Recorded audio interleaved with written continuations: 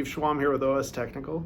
Today I wanted to share a video of a study that I found to be pretty fascinating of a 50% failure rate on new hires for organizations that utilize HR as their main recruiting function. This number fascinated me mainly because we are a technology staffing firm. That's what we do, and that's probably why we still exist. Now, large corporations, they have thousands of business processes, but I doubt you've ever heard of a single process that has a 50% failure rate. This insane failure rate occurs at every job level from managers, hourly employees, all the way up to even C-level executives. You don't need to be a CFO to calculate the tremendous loss of money, the negative business impacts, and the lost productivity that results from each and every hiring failure. If the business processes of production, marketing, product design had anything close to these failure rates, not only would budgets get slashed, but heads would roll.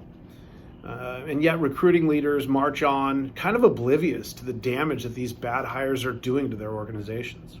To me, I thought, what could possibly be the reason for these unacceptably high failure rates for new hires? And what they found was, number one, there's no measure of cost of a bad hire. The process design isn't scientific. They kind of go off of intuition instead of data-based decision making. Hiring failure rates and quality hire, they're not measured. And then lastly, which I think is a pretty important one, is HR is just not a data-driven function. So I guess my final thoughts on this, although few corporations measure new hire failure rates, a significant number also inexplicably failed to measure the on-the-job performance of new hires, the quality of the hire.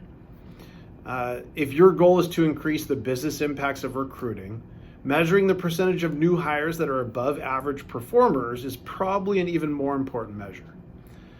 My suggestion would be work with the CFO's office to calculate the dollar impact of each bad, weak, or even top performer new hire. Because like most things in business, recruiting is really all about money.